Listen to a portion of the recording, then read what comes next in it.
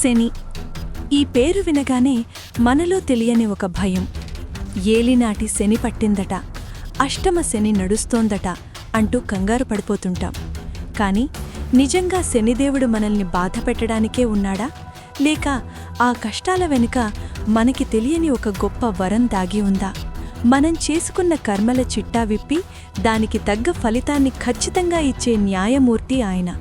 పాము కరవాల్సిన చోట కేవలం చీమ కుట్టి వదిలేలా చేయగల శక్తి ఒక్క ఈశ్వరానుగ్రహానికి, ధర్మాచరణకు మాత్రమే ఉంది.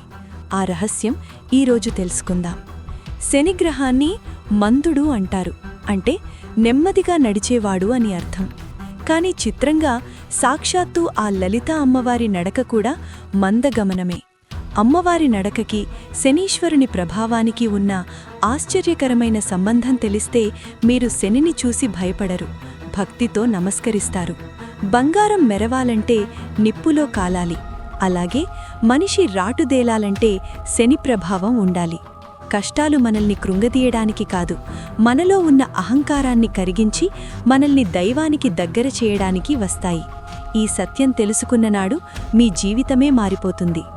ఒక్కోసారి భగవంతుడిచ్చే శాపం కూడా భవిష్యత్తులో మనకు దారి చూపించే వరంగా మారుతుంది. అది ఎలాగో పురాణ ఇతిహాసాలే సాక్ష్యం. ఇక ఆలస్యం చేయకుండా శనిదేవుని అనుగ్రహాన్ని ఎలా పొందాలో, కర్మబంధాల నుండి ఎలా విముక్తి పొందాలో ఈ వీడియోలో పూర్తిగా తెలుసుకుందాం. చాలామంది శనిదేవుణ్ణి నిందిస్తుంటారు, నాకే ఎందుకిన్ని కష్టాలు అని ఆవేదన చెందుతారు. కాని గుర్తుంచుకోండి, ఆయన గ్రహాలలో ఒక మహానుభావుడు. ఆయన ఎప్పుడూ ఎవరినీ అకారణంగా ద్వేషించడు. శనిదేవుడు మనకి ఇచ్చేది శిక్ష కాదు, శిక్షణ. ఉదాహరణకు, మీరు దైవ దర్శనానికి వెళ్దామని అనుకున్నారు. అప్పుడే ఏదో చిన్న ఆటంకం వస్తుంది. ఇంట్లో వాళ్ళకి జ్వరం రావడమో, ప్రయాణం వాయిదా పడడమో జరుగుతుంది. అప్పుడు మనం శనిని తిట్టుకుంటాం. కాని ఆ సమయంలో మనం దేవుణ్ణి ఇంకా గాఢంగా ప్రార్థిస్తాం. స్వామి, నా కుటుంబానికి ఎందుకీ కష్టం, రక్షించు తండ్రి అని ఆర్తిగా వేడుకుంటాం. ఆ ఆర్తి పుట్టించడమే శని ఉద్దేశం. సుఖంలో ఉన్నప్పుడు దేవుడు గుర్తుకు రాకపోవచ్చు, కాని కష్టంలో ఖచ్చితంగా గుర్తుకొస్తాడు. ఆ భక్తిని, ఆ శరణాగతిని మనలో కలిగించడానికి శని ప్రభావం ఉంటుంది. మన సనాతన ధర్మం ఏం చెబుతోందంటే, అవశ్యమనుభోక్తవ్యం కృతం కర్మ శుభాశుభం. మనం చేసిన మంచి చెడుల ఫలితాలను మనం అనుభవించి తీరాల్సిందే. గ్రహాలు కేవలం పోస్ట్ మ్యాన్ లాంటివి. మన కర్మలని అవి ఫలితాలుగా మనకు అందిస్తాయి. అయితే ఇక్కడే ఒక గొప్ప రహస్యముంది. మనం ఎప్పుడైతే నిష్కల్మసమైన భక్తితో ఈశ్వరుణ్ణి ఆశ్రయిస్తామో, ఎప్పుడైతే ధర్మబద్ధంగా జీవిస్తామో, అప్పుడు ఆ పరమేశ్వరుడు మన కర్మఫలిత తీవ్రతను తగ్గిస్తాడు. ఒక పెద్ద బండరాయి మన మీద పడాల్సి ఉంది అనుకోండి, దైవానుగ్రహం ఉంటే అది ఒక చిన్న రాయిలా మారి కాలికి తగిలిపోతుంది. అంటే మన ప్రాణానికి ముప్పు రావలసిన కర్మ కేవలం చిన్న గాయంతో పోతుంది. దాన్నే పెద్దలు పాము కరవాల్సిన చోట చీమ కుట్టి వదిలేసింది అంటారు. ఇది శనిదేవుని దయవల్ల, ఈశ్వరుని కృపవల్ల జరుగుతుంది. లలితా సహస్రనామాల్లో అమ్మవారిని మరాళీ మందగమన అని స్తుతిస్తారు. అంటే హంసలాగా నెమ్మదిగా హుందాగా నడిచే తల్లి అని అర్థం. శనిదేవుణ్ణి కూడా శనైశ్చరుడు అంటారు, అంటే నెమ్మదిగా చెరించేవాడు అని. శని మన జీవితంలోకి ప్రవేశించినప్పుడు అంతా నెమ్మదిగా జరుగుతున్నట్లు, ఏ పని అవ్వనట్లు అనిపిస్తుంది. కాని ఆ ఆలస్యం వెనుక ఒక గొప్ప అనుభవం దాగి ఉంటుంది. అమ్మవారి పాదాలు ఎంతటి కాంతివంతమైనవో, చీకటిని అంటే పాపాన్ని పారద్రోలేవో, శని ఇచ్చే కష్టాలు కూడా మన అజ్ఞానమనే చీకటిని పారద్రోలి జ్ఞానాన్నిస్తాయి. కాబట్టి శని ప్రభావం ఉన్నప్పుడు అమ్మవారే నా జీవితాన్ని సరిదిద్దడానికి నెమ్మదిగా నా చేయి పట్టుకుని నడిపిస్తోంది అని భావించండి. శనిని చూసి భయపడకండి, ఆయన వెనుక ఉన్న ఈశ్వర శక్తిని నమ్మండి. రామాయణంలో కబంధుని వృత్తాంతం మనందరికీ ఒక గొప్ప పాఠం. శాపం వల్ల వికృత రూపం పొందిన కబంధుడు అడవిలో కష్టపడుతూ బ్రతికాడు. కాని ఆ శాపమే చివరకు రాముడి చేతిలో మోక్షానికి కారణమయ్యింది. ఆ కష్టం లేకపోతే అతనికి రామదర్శనమయ్యేదా? లేదు కదా. అలాగే మన జీవితంలో వచ్చే సమస్యలు కూడా కబంధ హస్తాల్లా అనిపించవచ్చు. కాని వాటి ద్వారానే మనం ఎన్నో పాఠాలు నేర్చుకుంటాం.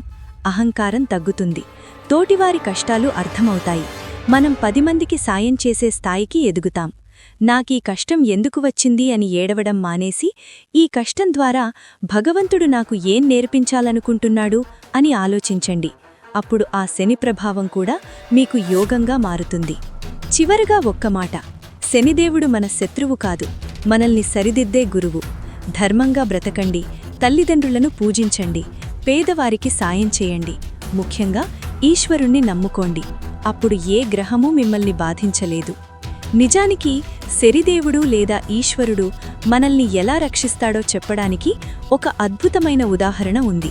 ఒక ఉప్పు వ్యాపారి ఉప్పు బస్తాలను బండిపై వేసుకుని పక్క ఊరికి బయలుదేరాడు. దారిలో ఉండపోతగా వర్షం పడింది. పాపం, ఆ వర్షానికి బస్తాల్లోని ఉప్పు అంతా కరిగిపోయింది. దేవుడా, ఎంత నష్టపోయాను, నా బతుకు ఎందుకిలా చేశావు అని ఆ వ్యాపారి ఏడ్చాడు, దేవుణ్ణి నిందించాడు. కాని ఏం జరిగిందో తెలుసా? అదే అడవిలో కొందరు దొంగలు తుపాకులతో అతన్ని చంపడానికి సిద్ధంగా ఉన్నారు. కాని ఆ భారీ వర్షానికి వారి తుపాకుల్లోని మందుగుండు తడిసిపోయి పేలలేదు.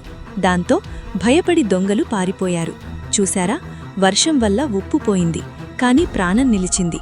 మనం కూడా అంతే, చిన్న చిన్న నష్టాలు రాగానే శనిని తిట్టేస్తాం. కాని ఆ చిన్న నష్టం ద్వారా జరగాల్సిన ఏదో పెద్ద ప్రమాదాన్ని శనిదేవుడు తప్పించాడని గ్రహించలేకపోతున్నాం. నమఃశివాభ్యాం అశుభాపహభ్యాం అని ఊరికే అనలేదు పెద్దలు. మనకు అశుభంలా కనిపించే దానిలో కూడా ఒక శుభాన్ని దాచి ఉంచే శక్తి ఆ దైవానికి ఉంది. చాలామంది శనిదోషం పోవాలంటే ఏవేవో ఖరీదైన పూజలు చెయ్యాలని భయపడతారు. కాని శనిదేవునికి ప్రీతికరమైన అసలైన పరిహారం ఏంటో తెలుసా? బాధ్యత. అవును, మీరు మీ బాధ్యతను సక్రమంగా నిర్వర్తిస్తే శని సంతోషిస్తాడు. వినతా గరుత్మంతుల కథలో ఒక అద్భుతమైన విషయముంది. తల్లిదండ్రులు ఎప్పుడు సంతోషిస్తారు? తమ పిల్లలు ప్రయోజకులైనప్పుడు మాత్రమే కాదు. ఆ పిల్లలు తమ దగ్గరకు వచ్చి, నాన్నా, మీరు ఇన్నాళ్లు కష్టపడ్డారు, ఇక విశ్రాంతి తీసుకోండి, ఇంటి బాధ్యత నేను చూసుకుంటాను అని చెప్పినప్పుడు ఆ తల్లిదండ్రుల కళ్లల్లో వచ్చే ఆనందముంది చూశారా? అది సాక్షాత్తు పరమేశ్వరుని ఆశీర్వాదం. శని అంటే కర్మకారకుడు. ఎవరైతే తమ వృద్ధ తల్లిదండ్రులని ప్రేమగా చూసుకుంటారో, ఎవరైతే ధర్మాన్ని తప్పకుండా తమ విధిని నిర్వర్తిస్తారో వారి జోలికి శని రాడు సరికదా, వారికి రక్షణ కవచంలా నిలబడతాడు. తల్లిదండ్రుల తృప్తే శనిగ్రహ శాంతికి మొదటి మెట్టు. భక్తి అంటే ఏమిటి? ప్రవచనంలో ఒక మాట అంటారు, నువ్వు దేవుడికి ఏం తెచ్చావన్నది ముఖ్యం కాదు, ఎలా తెచ్చావన్నది ముఖ్యం. కొందరు ప్రొద్దున్నే లేచి పక్కింటివారి గోడదూకి వాళ్లు కష్టపడి పెంచుకున్న చెట్టు పూలను దొంగతనంగా కోసి దేవుడికి అర్పిస్తారు. ఇది భక్తా? కాదు. పక్కవాణ్ణి బాధపెట్టి అధర్మంగా తెచ్చిన ఏ వస్తువుని దేవుడు స్వీకరించడు. ముఖ్యంగా న్యాయానికి అధిపతి అయిన శనిదేవుడు ఇలాంటి పనులను అస్సలు సహించడు. ఈశ్వరుడు కోరేది ఆడంబరాలు కాదు, అంతఃకరణ శుద్ధి. నీ దగ్గర ఏమీ లేకపోయినా పర్వాలేదు, నీ కర్మలను సక్రమంగా చేస్తూ స్వామి, ఇది నీ దయ అని ఒక్క నమస్కారం చేసుకో, అది చాలు. నీ డ్యూటీ నువ్వు నిజాయితీగా చెయ్యి, అదే గొప్ప పూజ. ఈ నిజాయితీ అలవాటు చేయడానికి శని మనల్ని పరీక్షిస్తాడు. భయం వద్దు, భక్తి ముద్దు. కాబట్టి మిత్రులారా, ఇకపై శని పేరు వినగానే భయపడకండి, కష్టం వచ్చిందని కుంగపోకండి. బంగారం తయారవ్వాలంటే నిప్పులో కాలాల్సిందే అని గుర్తు తెచ్చుకోండి. శని ఇచ్చే కష్టాలు మనలోని అహంకారాన్ని కరిగించి మనల్ని స్వచ్ఛంగా మార్చడానికే. ఆయన ఇచ్చేది శిక్ష కాదు, రక్షణ. ఆయన చూపించేది కోపం కాదు, మార్గం. ధర్మంగా బ్రతుకుదాం, బాధ్యతగా మెలగుదాం, ఆ శనీశ్వరుని కృపకు పాత్రులమవుదాం. ఈ వీడియోలోని విషయాలు మీలో కొత్త ధైర్యాన్ని నింపాయని ఆశిస్తున్నాను. స్వస్తి. ఈ వీడియో మీకు నచ్చినట్లయితే లైక్ చేయండి, మీ బంధుమిత్రులకు షేర్ చేయండి, ద్వారా వాళ్లలోని శని భయం పోయి భక్తి కలుగుతుంది. మరిన్ని ఆధ్యాత్మిక విశేషాల కోసం మన ఛానల్ని సబ్స్క్రైబ్ చేసుకోండి. సర్వేజన సుఖినో భవంతు. ఓం నమఃశివాయ.